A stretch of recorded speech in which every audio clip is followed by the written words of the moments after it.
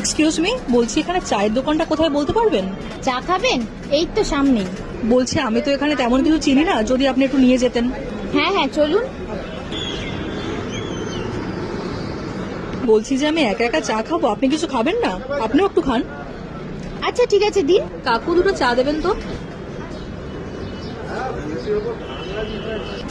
বলছি আপনার চোখে কিছু লেগে আছে, এই নিন রুমালটা দিয়ে পরিষ্কার করে নিন। আচ্ছা আজ তাহলে আমি আসি, হ্যাঁ ভালো থাকবেন। Next day. ভাই ভাই, তুই তো ভাইরাল হয়ে গেছিস। কি বলছিস? কেন, তুই জানিস না?